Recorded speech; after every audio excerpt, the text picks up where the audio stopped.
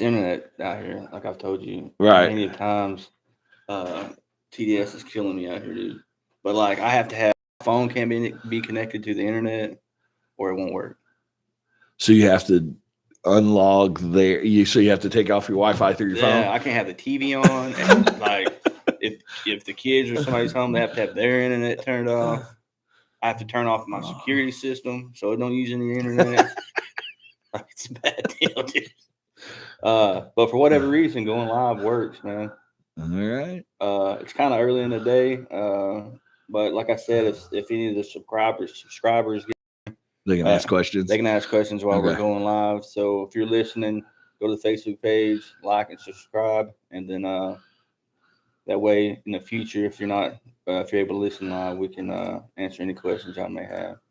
Or Vincent will answer some questions. I might refer to Vincent. I answer them during the games. What's this dude?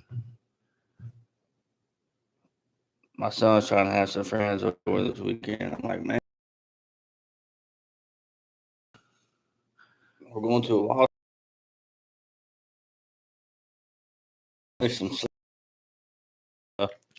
Man, I guess let's jump into it, man. Yeah. What do you think of the Hillcrest, man? Kind of what we expected. I mean, they were a little bit better than they were last year. They ended up playing pretty well towards the end of the year, my understanding.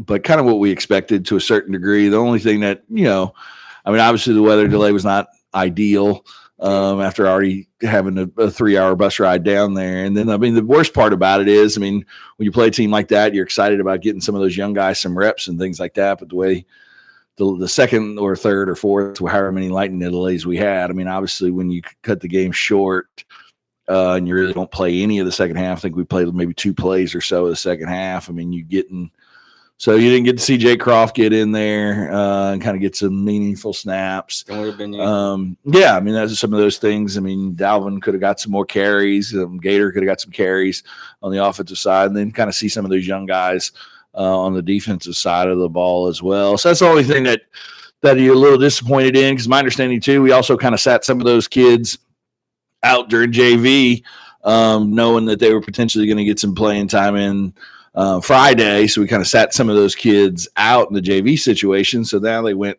a whole week without playing a game, unfortunately. So, but at the end of the day, I mean, the first half, I mean, the starters did a great job taking care of business. First half, I mean, I think the defense had gave up a negative 11 yards. Yes, so, I mean, that's about as good as you can possibly get there. I mean, it was good. Caden, I think, was I didn't bring the stats with me, but I think Caden was 6 for 9 for 137 yards, kind of got a couple touchdowns in. Lucas Young was able to catch his first touchdown, which was good to see. Starting to use his size and ability at tight end.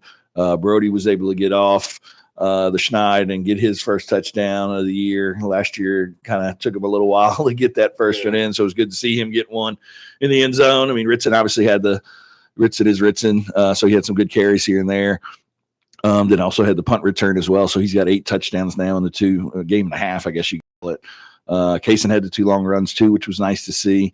So like I said, got some good things, got some good work in for those starters, but the only thing, like I said, and then you extend the winning streak to 16, which is always cool. But at the end of the day, I mean, you feel bad for those young kids that would have got a chance to play a whole second half, would have got to play a whole half of football. I know it would have probably been a running clock. But you feel bad for those kids that didn't get the opportunity to get out there and play some meaningful snaps on a Friday night underneath the lights and things like that. So, like I said, but at the end of the day, we won. Came out kind of injury-free, which is a big thing too, in some of those non-district games. But it gave some good tape and a lot of things to work on between with the off week last week and then heading into Newcastle this week. What do you think about the weather, dog? Weather was crazy. I mean, it was weird because we had already gone live. Yeah. So we were kind of laughing about it because we were kind of running out of things to talk about up there prior to the game and whatnot. Then we got a little delusional and delirious there at the end. So we started saying we were owls after dark. But we turned it into, we had some fun with it or whatnot. The weird part about it is, I mean, for everybody that was there and for anybody that was watching, I mean, there was no rain. Yeah. So I mean, you're sitting there the whole time, under a weather delay, and I mean, yeah, you could see the lightning and the thunder and things like that out in the distance, but no rain. And then, like I said, once they finally called it there after 2 or 3 plays in the second half, the lady came in the press box and said, "Hey, we're going to call the game. Y'all may want to pack y'all stuff up because in about 15 or 20 minutes." It's going to come down pretty good. And she was right. As soon as we got on the road, that first 45 minutes of the way back was a little dicey, but we were able to make it back safe and all that kind of stuff. So, I mean, weather's weather. It is what it is. I mean, like I said, Newcastle originally and earlier in the week, it looked like it was going to be a little rainy and stuff like that. So we had to kind of prepare, because Newcastle doesn't have a spot for us in the press box, so we'll be on top of the press box tomorrow night. But now it looks like the weather's going to be fine. Actually pretty nice. I think kind of a little cool front's coming in through, so I think by kickoff is going to be about 70, so that'll be pretty cool to play in, especially when you're still thinking still mid-September. So haven't really had a hot game yet, which is pretty cool. No, blessing. Yeah, because I mean, when you have those hot games, stuff like that, I mean, you run into issues with cramps and having to get IVs and all that kind of stuff. And we haven't had to do that this year. And at this point now, we're almost to the end of September, so we probably won't have to deal with any of that stuff at all this year. Yeah, Cody talked a little bit about the weather going on, like how it's a blessing to have the charter buses and stuff like that. Yeah, we weren't on it. We were in the old Chevy.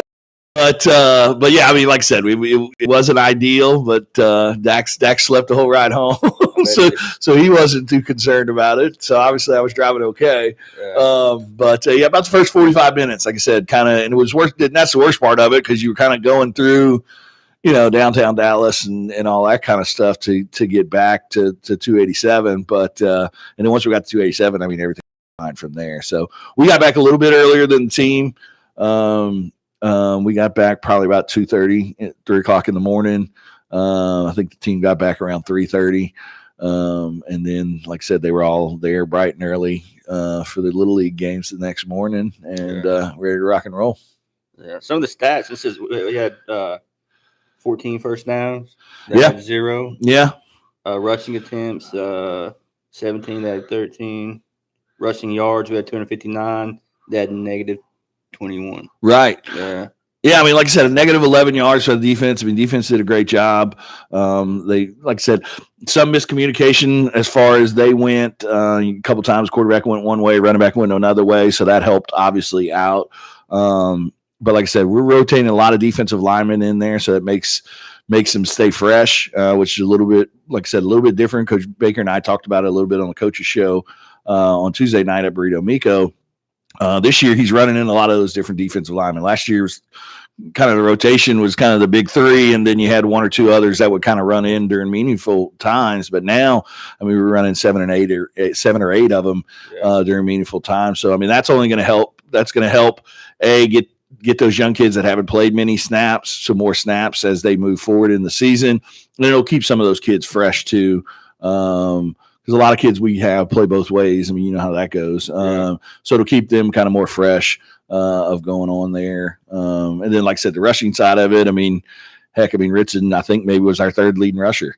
Kaysen probably had the most rushing yards with those 2 runs. And I think Tiny had a couple more yards than Ritson on the ground as well. So it's always a good thing when you can win, 47-0 and your best running back's your 3rd leading rusher. So the offensive line's doing a good job right now as well. But this week's going to be a big test because it'll probably be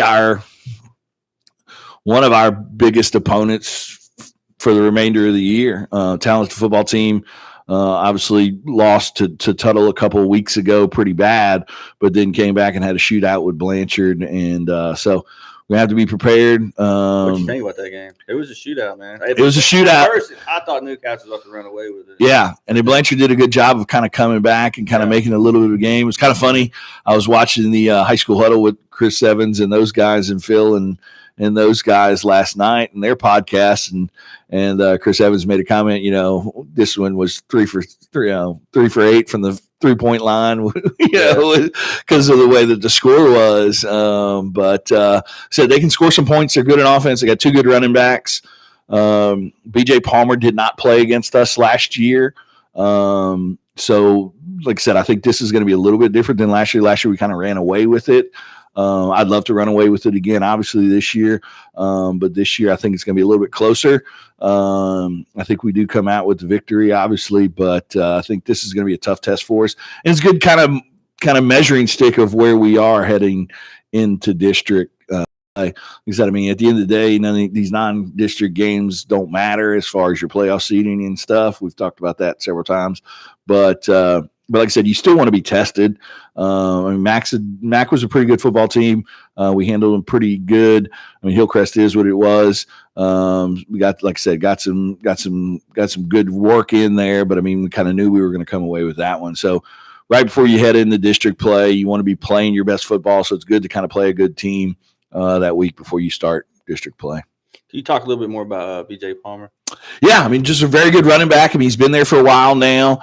And like I said, didn't play against us last year, kind of held him out leading into their district play. They've got a little bit of a weird schedule. I think Guyman is in their district because I think they're in that same district with Mack and McGinnis. So they actually only have 7 district teams, so they only get 6 district games. So they have an extra non-district game. So I said last year they were getting ready to start district. We were their last game before district play, and they held BJ out. Like I said, very good running back, been there for a while. Explosive on both sides of the ball. So we're gonna have to do some things to make sure that we tackle him. I don't know 24's name off the top of my head, but he's also a very good running back. They've lost some kids too, but I mean, they're big up front. So it's going to give our defensive line a little bit of a test there. And obviously they can score some points. I mean, the way that they were able to play against Blanchard. So, and like I said, I mean, Tuttle did some things to kind of expose them a little on defense. So hopefully we can get the ground game going and maybe open some things up for Caden and Brody and those guys in the passing game as well. Going like we have Hillcrest and we have a bye week, right? Mm-hmm. So what's I guess from a coaching standpoint, what do you think what do you think the mentality is coaching? Because you got like a week to play with, just get healthy. Yeah, you got to not necessarily get healthy because I mean it's still early in the season and you really only played a half. You've only played a game and a half so far. So I mean, I would think kind of, and talking to Coach Baker a little on the coaches show, what they kind of did on that week off. Obviously, this week was a regular week because you're back in game week mode. Got a good opponent against Newcastle. I believe some of the coaches went up to Newcastle a while. I don't know if it was at Newcastle or Blanchard now off the top of my head, but they went up there and watched that game in person. So it's always good to watch a game in person.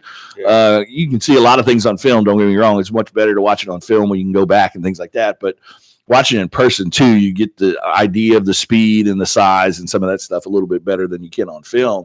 So the coaches were able to get up there and watch those guys. But that week that was off, from my understanding, like I said, Coach Baker wasn't too happy with the tackling in the first game. He said it was a lot better in the Hillcrest game, but that was something that they worked on. A lot of times when you have a bye that early in the week, you're kind of figuring out, you're kind of just fixing those fundamental things. Because when you week 0, you really only had 2.5 weeks or so to get ready for week 0. Yeah. And then like I said, you turned around and had a long road trip to a 3-hour road trip down to Dallas. So like I said, kind of getting back to those fundamentals, seeing what was the issues in game 1 and 2 and kind of working on those, cleaning up some of that stuff. Coaches always talk about it, how you make the most improvement between week 1 and week 2. But now we got an off week right after week 2. So probably, like I said, what I understand that they kind of did and going to practice one day last week, they just kind of worked on those fundamentals and made sure that, everybody's still on the same page. We've had a couple penalties so far this year, a little bit more than, and I mean, I haven't seen the stats as far as penalty wise, but it seems like we've had a few more this year early in the season than we did last year. So got to clean some of that stuff up. Had some delay of games early in the MAC game. Part of that was probably getting signals of that was also Caden being young and, not knowing, not young as far as age wise, but young as far as playing wise. Got to have a little bit more of a sense of urgency when we get those checks in and things like that. Yeah, we don't huddle, but we also line up, see where they are, see what's going on, and see, check back to the sideline and see if we want to run a different play. So when we do get that other play in, Caden's got to make sure that he's he's got a little bit of a sense of urgency getting that play in and getting that snap off. So, like I said, just kind of fixing those little things. Haven't seen anything crazy or detrimental at this point. So I don't think it was a situation where, hey, we got to scrap that whole line of plays and start over. But like I said, I would during that off week, you a lot of times working on the fundamentals, and you're more working on yourself. Kind of self-scout and kind of working on the things that you need to work on, where in a normal game week, you're working more towards who that opponent is and things like that. Did you see or hear about the Anadarko for a Chickasha game? No. I heard there's a bunch of penalties in that game. I have not seen it or heard about it. I think Dylan's coming up this week to the Newcastle game, so I would assume he would have been there. He posted a video about it, and basically it was just the ref throwing flags. Yeah, I'm curious. Yeah, like I said, I saw he kind of posted a little teaser or whatever. He'll be up there this week. Always good to see him and all his work. So yeah, but I didn't see anything about it. I know the Little League guys went up to Chickasha Saturday, but I didn't hear anything about the Anadarko Chickasha game yet. Yeah. Are you paying attention in college football? Well, of course. You know me. Anything football is always good. My LSU Tigers are off to a good start, but that Clemson win isn't quite looking quite as good as it did week one. And then Florida's quarterback liked to throw it to the wrong color jersey in week 3. So we're still not clicking on all cylinders. But I mean, still early in the season. OU looks pretty good so far. It'll be interesting to see how it'll be interesting to see. I'm sure the Sooner faithful will welcome Jackson Arnold back with open arms Saturday when he takes the field for Auburn. I think the Tennessee looks pretty good. Tennessee looks pretty good. Aguilar looks legit in that quarterback spot for Tennessee. I mean, that was a great game. Pretty much watched that entire Georgia Tennessee game. I mean, you feel bad for Tennessee because I mean, whose fault was it? Say it. Whose fault was it? It's always the kicker, man. I mean, they're an important part of football, but you just feel bad. I mean, you feel bad for the kid because I mean, then he goes in overtime and makes the same exact kick. Yeah. But yeah, it's just when you rely on those. I mean, they more often than not, it seems like they let you down, unfortunately. But like I said, I mean, there's a lot of them out there that win games, that win a lot of games too. So they look good. Ohio State looks pretty good. Oregon looks pretty good. There's a bunch of teams out there that look good. Texas doesn't look very good right now. Man, Arch does not look like a Manning at the moment. But I mean, the memes they got all over. Yeah, I feel bad. I mean, I feel bad for him. I mean, there was too much hype coming in, but I mean, he seems to be handling it okay. Way too much hype coming in for a kid that had never started. Well, started 1 or 2 games. I think he started last year against Mississippi State and UL Monroe or one of those guys. Yeah. So I mean, but I think as the season gets on, I mean, he's got all the tools and all the skills and stuff like that. I have not talked to AJ so far this year to kind of figure out Texas's quarterback coach. AJ Milwee actually was my backup at North Alabama. Oh, for real. And he kind of works with Arch obviously pretty closely as a quarterback coach, and I have not talked to him so far this year. A text message here or there. Obviously during the season he gets pretty busy, but would love to kind of get his perspective of watching the film. What it's actually looking like compared to the outside noise in the media saying he's, a bust and all that kind of stuff. But yeah, I think it's going to be a great football season. I mean, obviously with the way the playoffs are now set up with that many teams, I mean, it gives a lot more teams an opportunity. So I mean, it's college football is college football. I mean, it's a ton of fun to watch, and like I said, the SEC and the Big Ten kind of run the show these days. So it'll be interesting to see kind of how it all plays out in the next couple of weeks. We'll know more probably in 3 or 4 weeks. I mean, Ohio State's playing Penn State soon, so we'll kind of figure out who's the better out of that group. I think Oregon plays one of those guys soon. LSU plays Ole Miss coming up. Texas A&M's got a bunch of good games coming up as well. I mean, everybody wrote Alabama off after the Florida State game, but they've looked pretty good the last 2 weeks. So it'll be interesting to see kind of how the SEC shakes out and how the Big Ten shake out. Because at the end of the day, those 2 conferences will probably have 3 or 4 teams each in the playoffs. State dropped out of the top 25? No. I don't think so. I mean, they I mean, obviously took care of business pretty easily against Alabama. I haven't really kept up what they did after that, but I think they won those other 2 games. I mean, Georgia Tech's looking pretty decent with the win over Clemson and things like that. So it's always an interesting time of the year. Like I said, I mean, I hate preseason rankings because they really don't matter and they really don't do anything. So now, like I said, after about 3 games, you're kind of starting to figure out kind of who people are. But here, like I said, here in about 3 or 4 weeks, once you kind of get into some meaningful conference play, we'll kind of figure out, cream will always rise to the top. I'm looking forward to that one on Thanksgiving weekend, though. LSU, Oklahoma. We got a large contingent of Cajuns coming up for that one. So, really? Yeah, we're gonna have an Oklahoma Thanksgiving tailgate up in Norman. It's gonna be a good time then. Oh yeah. We get kind of rowdy, loud, and proud with our purple and gold. Before I forget, man, let's go back and talk about the players of the game. Yeah. Offense. Brody Morris. Yeah, I mean, like I said, had the 2 screens and did a pretty good job there. Like I said, I mean, just an all-around great kid, great athlete.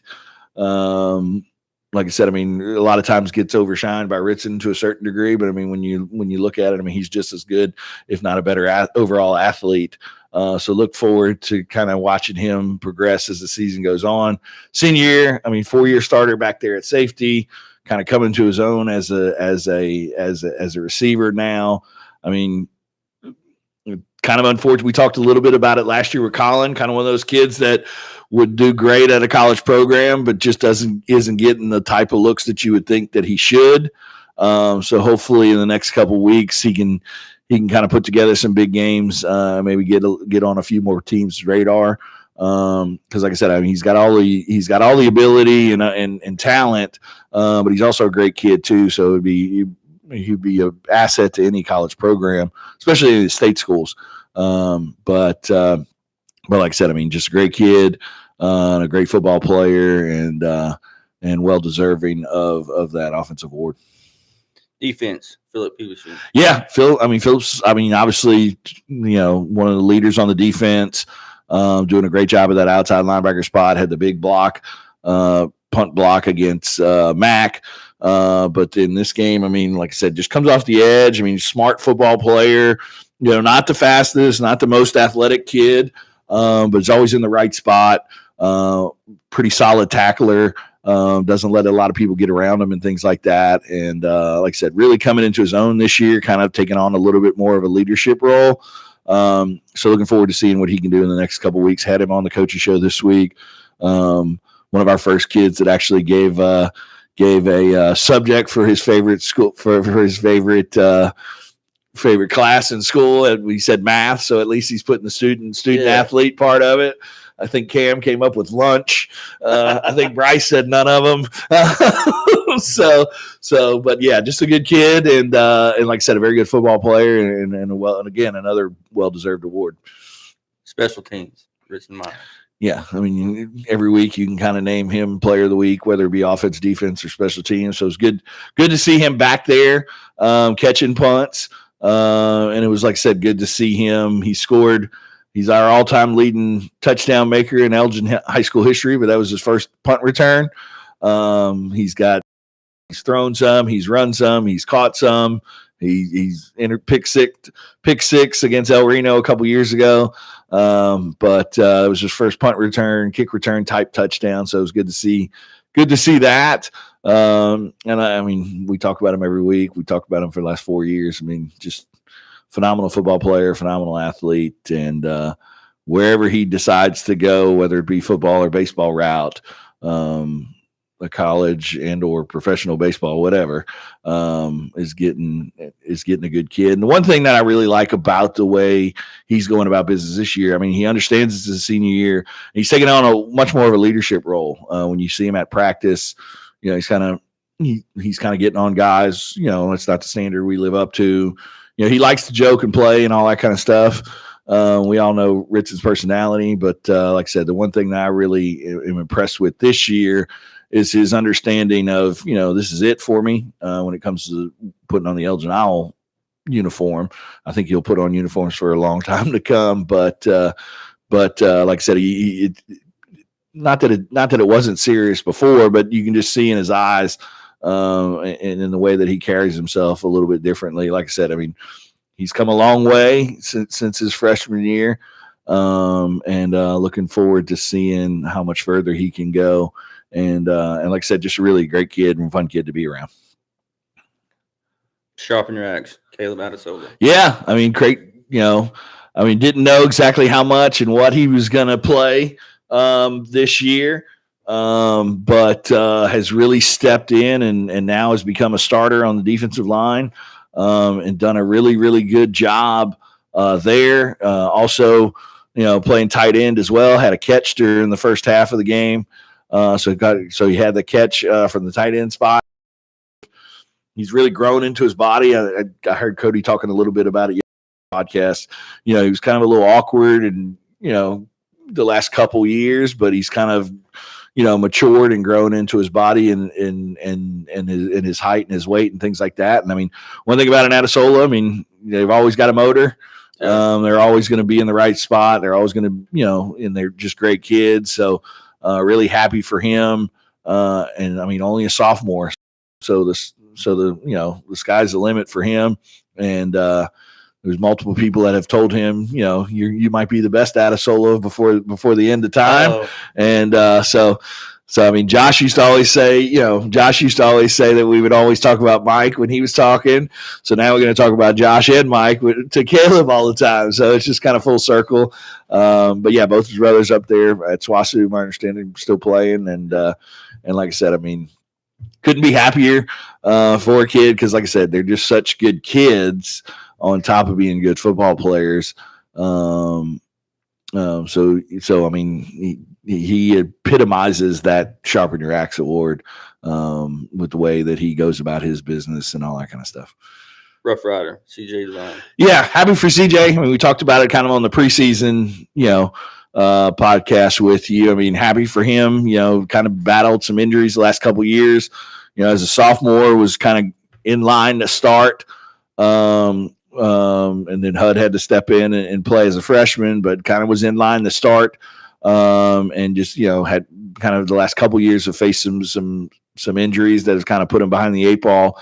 So glad to see him in his senior year, able to get on the field. And then on top of that, you know, playing the way that he's played the last couple of weeks. I mean, it's been good to see. I mean, he's definitely got the size, 6'3", 6'4", give or take. I mean, you know, he's one of those ones you want to get off the bus first. And then, like I said, once he puts those pads on, I mean, he's a head taller than a lot of our linemen. And like I said, playing really well. And like I said, I think he'll get better as the season goes, barring he stays healthy, because he really hasn't had that much playing time up until this year. So the more you play as an offensive lineman, I mean, yeah, you get beat up a little, but the more you get settled in and things like that. So looking forward to seeing how he looks, you know, week 7, 8, 9, heading up hopefully into that playoff run. What are some of the other big games in 5A this week? In 5A, I don't really know. I didn't really check out the schedule this week. It's been a crazy week. I know it's the last week of non-district play. Right. So you've got some of those. You'll probably run into some of those inner city rivalries somewhere. But didn't really check out the schedule other than us, because obviously I know the high school huddle guys and them have picked their top 10 games. I know we were one of those top 10 games of the week here. So I mean, I don't really know, to be honest. Speaking of inner city, you see Mac, after us, they've been doing really good. Yeah, I mean, Mac, they kind of had a stretch after us. Looking at their schedule a little bit after us, they had about six weeks or so. Yeah, they had Eisenhower, Lawton High tonight. I think tomorrow night they might have maybe Putnam City's coming into town, or maybe somebody like that. Again, they only have Guyman was in that district, but Guyman, I don't know what the deal was there. They decided to play independent or something. So they are not. So they've only got 7 teams in their district. Yeah. So they get 4 non-district games. So after our game, they had about a 6-game stretch where they were probably going to be favored in most of those games. But for them, I mean, it always comes down to Newcastle and Bishop McGinnis in their district to figure out kind of how that top 3 lays out. Bishop McGinnis is on a roll right now. Got some, they've won a couple close games in the last couple of weeks. And like I said, Duncan's a little bit improved in that district as well. But I think Mac will get in the playoffs one way or the other. They'll finish in the top 4 of that district in 5A. And I mean, when you have the type of athletes that they have, and I mean, like I said, you got a couple D1 signing commitments and things like that. I mean, good things can happen for you. But yeah, they've been playing a lot better the last couple of weeks. They ended up being city champs again. I think it's the 3rd or 4th time in a row. I guess we can maybe call ourselves county champs if we want to.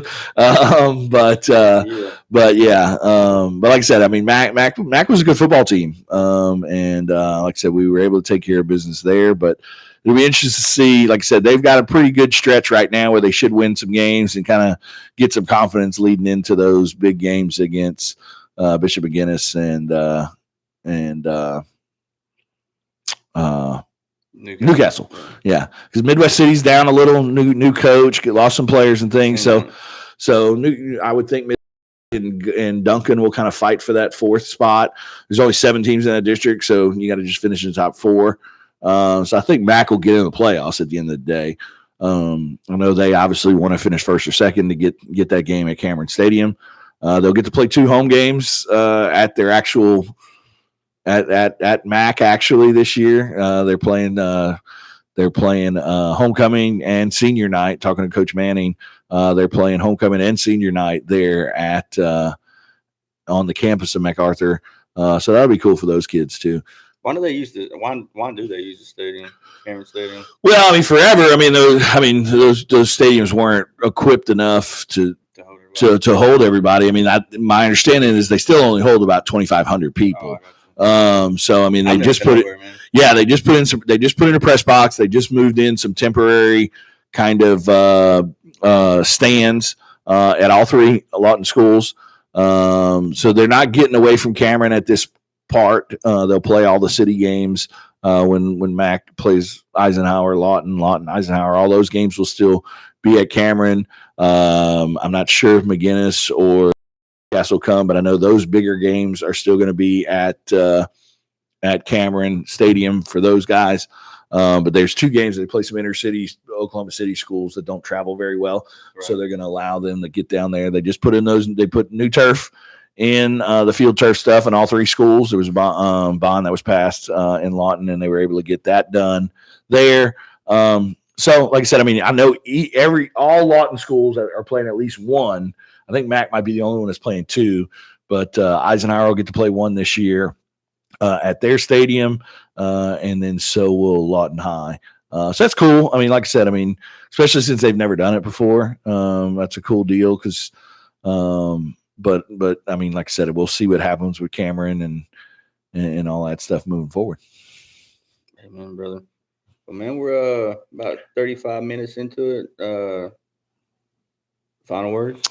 Yeah, I mean, like I said, Newcastle this week, obviously last non-district test for us before we head into district. Got Woodward next week. Finally get back to the nest. When you look at it, we played. Woodward's not a fun drive. No, Woodward's not a fun drive. So luckily we get to play at home. It was what August 29th was the last time we played, and it'll be September 27th. So it's almost been a month since we've been at the nest. From here on out, once we get to Woodward, it'll be home away the rest of the way. But like I said, got a big one against Newcastle. Newcastle's a very, very good team. Probably the most talented team we will play for the rest of the season until we get hopefully into a playoff push. So it'll be interesting to see where we are. It's a great test right before district.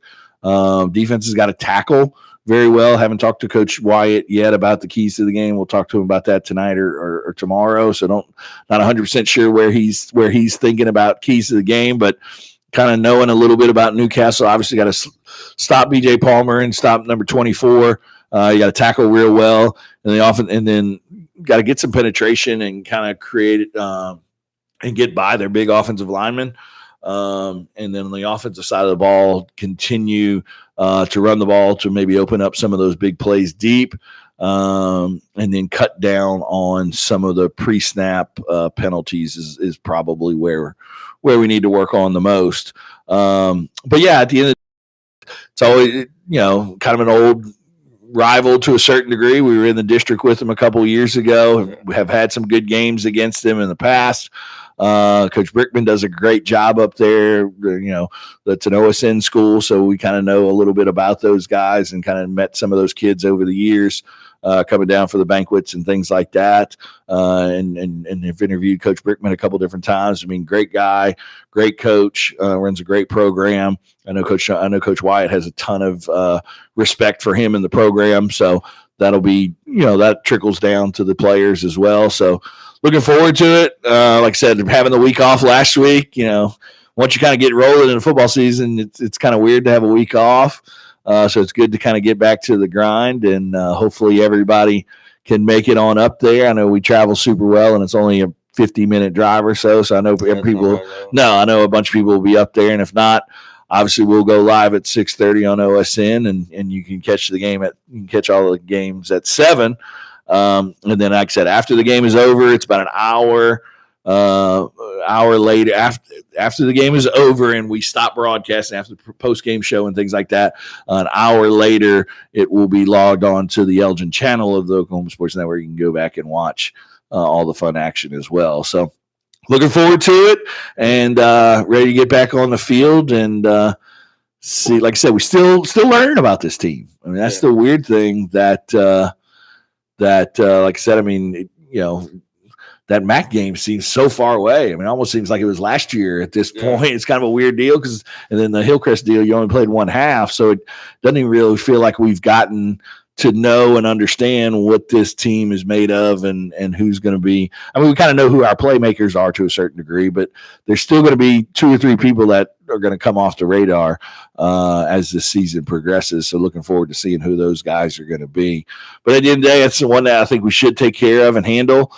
And like I said, I think we'll be favored if there was Vegas odds or whatever. I think we'll be favored all the way through the rest of the season. Depending on how those play, and then we'll roll in the playoffs and see how that goes. But looking forward to this one and ready to see the Owls again. As always, go Owls! Woo! Amen, brother.